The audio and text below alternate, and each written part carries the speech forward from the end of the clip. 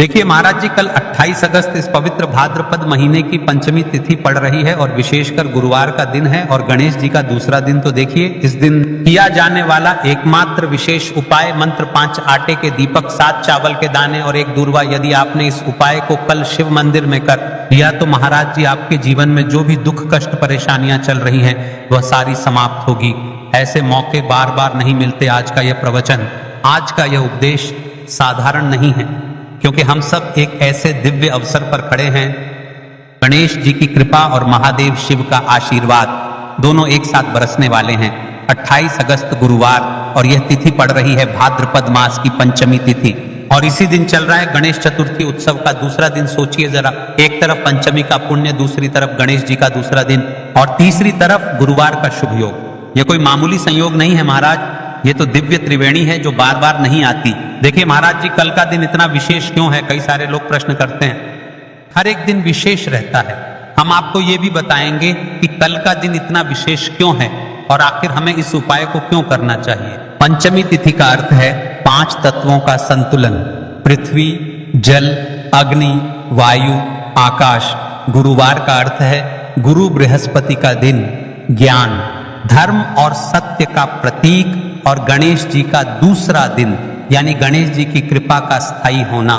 जब ये तीनों एक साथ आ जाएं तो समझ लीजिए कि आज का दिन जीवन क्षेत्र में बदलाव लाने वाला है। याद रखिए, ऐसे अवसर बार बार नहीं मिलते। मात्र 5 आटे के दीपक, 7 अक्षत यानी 7 चावल के दाने, 1 दूर्वा, बस इतना ही सुनने में साधारण लगता है, पर जब इसे श्रद्धा से शिवलिंग और गणेश जी के सामने किया जाता है तो यह उपाय चमत्कार करता है। अब प्रश्न यह है महाराज कि आखिर ये उपाय क्यों करना चाहिए? अगर आपके जीवन में बार बार रुकावटें आ रही हैं, धन की कमी है, घर में क्लेश है, स्वास्थ्य बिगड़ रहा है या कोई भी काम शुरू करते हैं और बीच में टूट जाता है, तो ये उपाय ही है जो जीवन में नई दिशा ला सकता है। क्योंकि गणेश जी को विघ्नहर्ता कहा गया है, वे बाधाएं दूर करते हैं और शिवलिंग पर चढ़े अक्षत आपके कर्मों की सफाई करते हैं। 5 दीपक आपके जीवन के अंधकार को मिटाते हैं।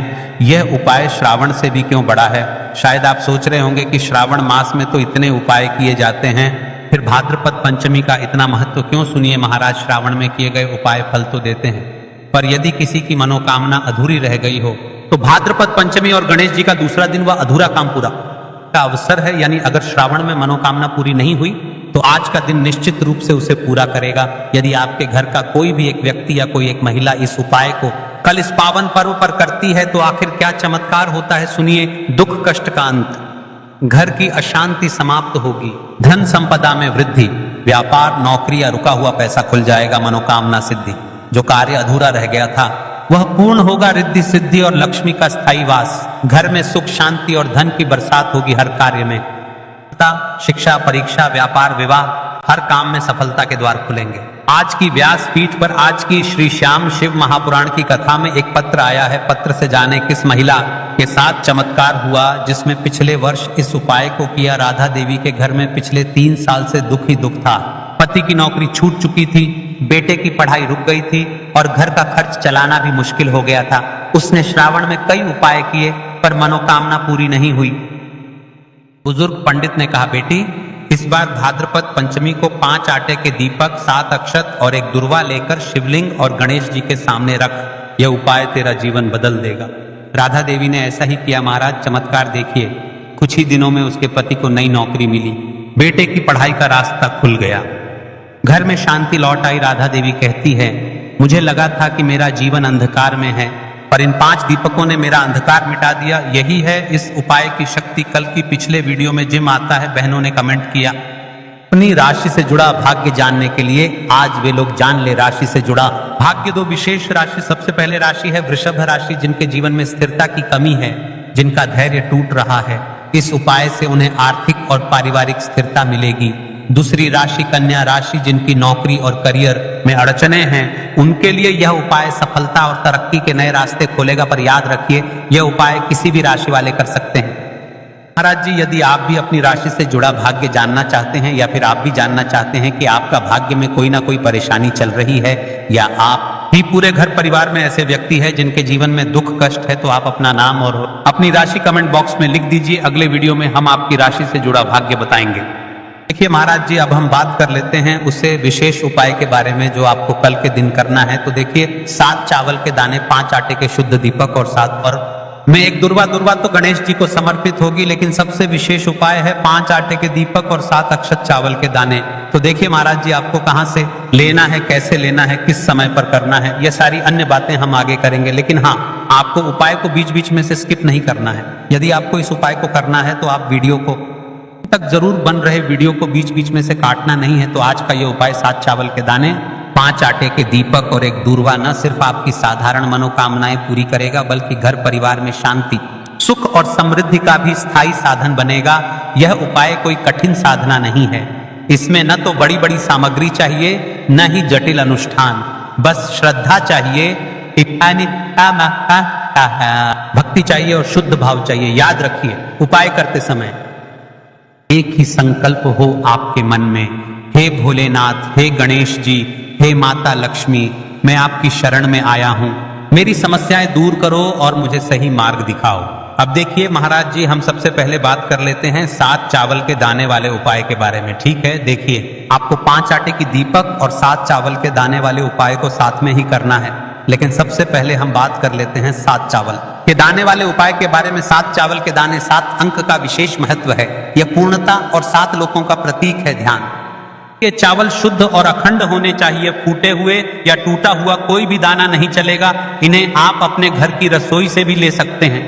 लेकिन अगर घर के चावल टूटे फूटे हैं तो नजदीकी किराना या अनाज की दुकान से ताजे चावल ले आइए। 7 दाने अलग कर एक छोटी कागज की पुड़िया या पूजा की डिब्बी में रख लीजिए। अब देखिए महाराज जी, हमारे साथ चावल के दाने तो हो गए, यानी कि आपके साथ चावल के दाने निकल कर रख लेना है। अब हम बात कर लेते हैं 5 आटे के दीपक के बारे में। 5 आटे के शुद्ध दीपक, 5 आटे के दीपक, ये साधारण गेहूं के आटे से बनाए जाएंगे। दीपक बनाते समय इसमें ना नमक मिलाना है, ना हल्दी, आटे से बस सादा शुद्ध दीपक बनाना है।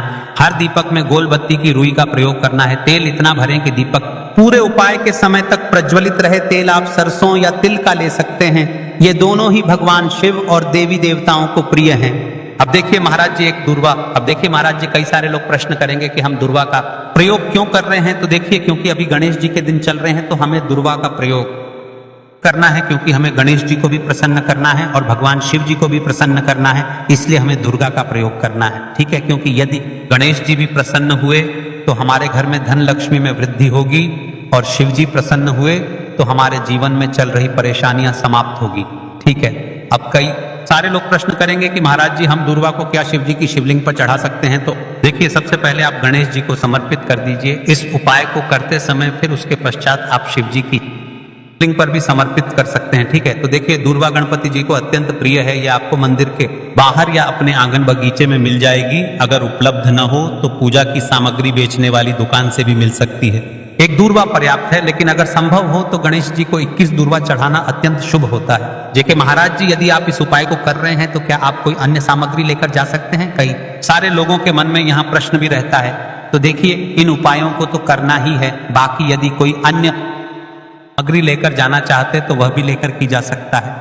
यदि आप सुबह के समय इस उपाय को करोगे तो आपको सबसे पहले एक शुद्ध एक लोटा जल अवश्य लेकर जाना है। सबसे पहले महादेव की शिवलिंग पर आपको एक लोटा जल समर्पित करना है, क्योंकि सुबह का समय है, इसलिए शिव जी की शिवलिंग पर जल चढ़ेगा। उसके पश्चात हमें इस उपाय को करना है। अब जैसे कि कोई अन्य सामग्री लेकर के जाना चाहता है, बेलपत्र, पुष्प, चंदन या धूप, अगर आप साथ ले जाना चाहें तो और भी उत्तम, पर याद रहे यह सिर्फ अन्य सामग्री है। मुख्य सामग्री 7 चावल, 5 आटे के दीपक, दूर्वा ही है। अब देखिए महाराज जी, हम सबसे पहले बात कर लेते हैं 5 आटे के दीपक बनाने की विधि, यानी कि आपको क्या क्या सामग्री मिलनी है और क्या नहीं मिलनी है। कई सारे लोग गलत तरीके से भी बनाते हैं। तो देखिए, अब सबसे पहले गेहूं के आटे को एक साफ बर्तन में लीजिए। इसमें पानी डालकर हल्का सा गूंथ लीजिए। ध्यान रहे, आटा बहुत सख्त भी ना हो और बहुत ढीला भी ना हो।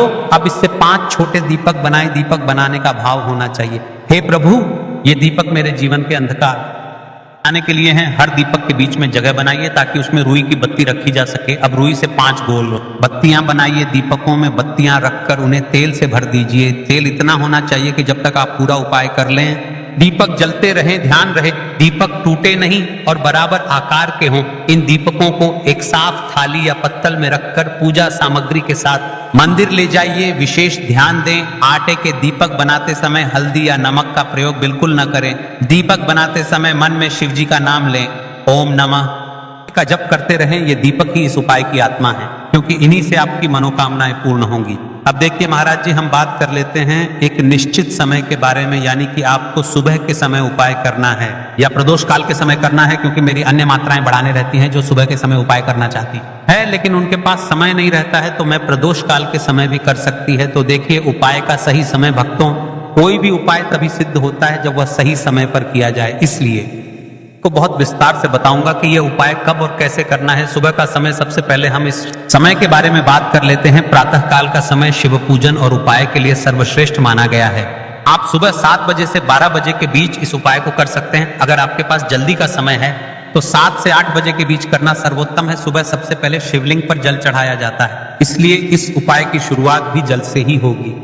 अब महाराज जी, हम बात कर लेते हैं विशेष प्रदोष काल के बारे में। प्रदोष काल का समय कई माताएं बहनें या घर के लोग सुबह के समय व्यस्त रहते हैं। ऐसे लोग इस उपाय को शाम के समय प्रदोष काल में कर सकते हैं। प्रदोष काल का समय साधारणतः सूर्यास्त से लगभग 2 घंटे पहले से 1 घंटे बाद तक माना जाता है। इस उपाय के लिए शाम 5 से 7 बजे तक का समय बहुत शुभ है। बरसात के मौसम में 7:30 या 8 बजे तक भी किया जा सकता है, लेकिन यह ध्यान रहे कि कई मंदिर 8 बजे बंद हो जाते हैं। अब यहीं पर कई सारे लोग हमसे ही प्रश्न कर लेते हैं कि महाराज जी, आप ही बता दीजिए कि सबसे कम समय कौन सा है। तो देखिए, कौन सा समय चुने। अगर आप दोनों उपाय 7 चावल और 5 दीपक साथ करना चाहते हैं तो सुबह का समय चुने। अगर आप केवल दीपक वाला उपाय करना चाहते हैं तो प्रदोष काल का समय भी उत्तम है, लेकिन यदि मनोकामना की पूर्ति और संपूर्ण फल की इच्छा रखते हैं तो सुबह का समय सबसे श्रेष्ठ रहेगा। अब चलिए, जैसे ही हमारी पूजा की सामग्री तैयार हो जाती है, अब हम उपाय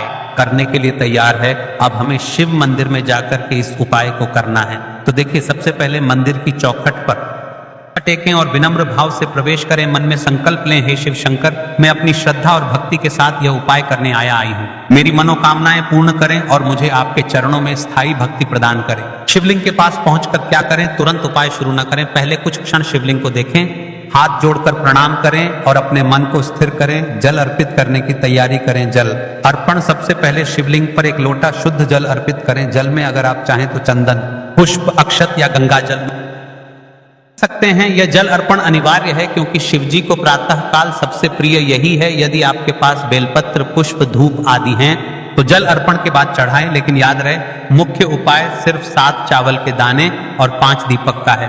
अब महाराज जी, हम सबसे पहले बात कर लेते हैं 7 चावल के दाने वाले उपाय के बारे में। ठीक है, सबसे पहले आपको इस उपाय को करना है, फिर उसके पश्चात हम बात करेंगे 5 आटे की दीपक के बारे में। 7 चावल के दाने, चावल कहां से रखें अपने साथ? जो 7 चावल के दाने लाए हैं उन्हें एक छोटी कागज की पुड़िया या कटोरी में सुरक्षित रखें। यह दाने आपके उपाय का मूल आधार है, इसीलिए ध्यान रहे कि यह गिरे नहीं या टूटे नहीं। चावल चढ़ाने का क्रम, सबसे पहले शिवलिंग के पास स्थित गणेश जी की मूर्ति या गणपति स्थान पर एक चावल का दाना चढ़ाएं। इसके बाद शेष 6 दाने एक एक करके शिवलिंग पर चढ़ाएं। हर बार चढ़ाते समय मन ही मन ओम नमः शिवाय का जप करें। जब 7वां दाना चढ़ाएं तब संकल्प लें, भोलेनाथ, यह 7 दाने 7 लोकों, 7 जन्मों और 7 दुखों को दूर करने के लिए अर्पित कर रही हूं। बाधाएं दूर हों। चावल चढ़ाते समय ध्यान रखने योग्य बातें, आपके मन का भाव शुद्ध होना चाहिए। उपाय के समय मन ही मन सिर्फ शिव जी का नाम लेना है। आसपास क्या हो रहा है, किससे क्या मिल रहा है, इस पर ध्यान न दें। विशेष सावधानी, कई बार लोग मंदिर जाकर दूसरों से बेलपत्र या फूल मांगते हैं। ऐसा न करें। आपको जो सामग्री चाहिए वह आप अपने साथ लेकर ही जाएं। ऐसा करने से आपकी भक्ति और भी सशक्त होती है और शिव जी को प्रसन्न विलंब नहीं होता। देखिए महाराज जी, अब हमारा 7 चावल के दाने वाला उपाय पूर्ण रूप से यहाँ पर हो जाता है। अब हम बात कर लेते हैं 5 दीपक वाले उपाय के बारे में। दीपक उपाय करने का सही स्थान, यह उपाय सदैव शिव मंदिर में करना सर्वोत्तम माना गया है। यदि आपके आसपास मंदिर न हो तो आप घर में भी इसे कर सकते हैं, लेकिन उस स्थान को पहले गंगा जल से शुद्ध कर लें और वहां भगवान शिव का चित्र या शिवलिंग रखें। मंदिर में करने से सीधा दैविक आशीर्वाद मिलता है, क्योंकि वहां पंचतत्व से अभिषिक्त शिवलिंग और मंत्रोच्चार का प्रभाव भी मिल जाता है। दीपक जलाने का दिशा नियम, दीपक सदैव पूर्व या उत्तर दिशा की ओर मुख करके जलाना चाहिए। शिवलिंग के दाईं ओर, दाईं रखना विशेष फलदायी माना गया है। यदि घर में कर रहे हैं तो दीपक को शिवलिंग चित्र के बिल्कुल सामने रखें। दीपक में प्रयोग होने वाले तत्वों का महत्व सरसों का तेल नकारात्मक ऊर्जा को नष्ट करता है और परिवार से दरिद्रता हटाता है। तिल का तेल पितृदोष और कालसर्प दोष के शमन में सहायक ही सर्वश्रेष्ठ, क्योंकि इसे देवताओं का प्रिय आहुति कहा गया है। यह लक्ष्मी कृपा को आकर्षित करता है। लौंग बत्ती, यदि आप दीपक में लौंग डालकर जलाते हैं तो यह ग्रह बाधाओं और शत्रु बाधाओं को शांत करता है। कपूर, दीपक के साथ कपूर की आहुति देने से तुरंत नकारात्मक ऊर्जा जलकर राख हो जाती है। अब देखिए महाराज जी, दीपक प्रज्वलित करते समय आपको क्या करना चाहिए, इसे कम से कम 11 बार जपें। यदि समय और शक्ति है तो ये 108 बार जपें। मंत्र जपते समय मन में अपनी समस्या, इच्छा या संकल्प स्पष्ट रखें। उपाय, बड़ी बात देखिए महाराज जी, आपको उपाय करते समय किन किन चीजों का ध्यान रखना है, क्या क्या सावधानियां रखनी है। उपाय करते समय किन किन बातों का ध्यान रखना चाहिए। दीपक जलाते समय मन एकाग्र रखें। मन में क्रोध, ईर्ष्या या चिंता न लाए। दीपक जलते समय कभी भी उसे फूंक मारकर न बुझाएं। यदि बुझाना हो तो लकड़ी चम्मच से धीरे से बुझाएं। दीपक जलाते समय जूते चप्पल उतारकर ही स्थान पर जाएं। यदि घर में उपाय कर रहे हैं तो दीपक ऐसी जगह जलाएं जहां बच्चे या जानवर उसे गिरा न दें। बुझने तक उसके सामने कोई अपशब्द या नकारात्मक बात न करें। दीपक का उपाय संध्या काल प्रदोष काल में करना सर्वश्रेष्ठ है। यदि विशेष कार्य सिद्धि के लिए कर रहे हैं तो प्रातः काल, ब्रह्म मुहूर्त या संध्या काल, दोनों समय दीपक जलाना चाहिए। जैसे ही आप यह उपाय को कर लेते हैं वैसे ही आप शिव जी को प्रसन्न कर लेते हैं। अब देखिए महाराज जी, आपने शिव जी को प्रसन्न तो कर लिया। अब कई सारे लोग प्रश्न करते हैं कि महाराज जी, इस उपाय को करने से आखिर क्या होगा, आखिर हमारे जीवन में क्या बदलाव आएगा। तो देखिए, आपके जीवन क्या क्या बदलाव आएगा, आपको क्या क्या लाभ मिलेगा, कान खोलकर सुन लो आप। सब घर से नकारात्मक ऊर्जा और दरिद्रता का नाश होता है। व्यापार में लाभ और रुकी हुई धनराशि वापस मिलती है। विभूर होती है ग्रह दोष और पितृदोष का प्रभाव कम होता है। मनोबल और आत्मविश्वास बढ़ता है। घर परिवार में शांति और आपसी प्रेम बढ़ता है।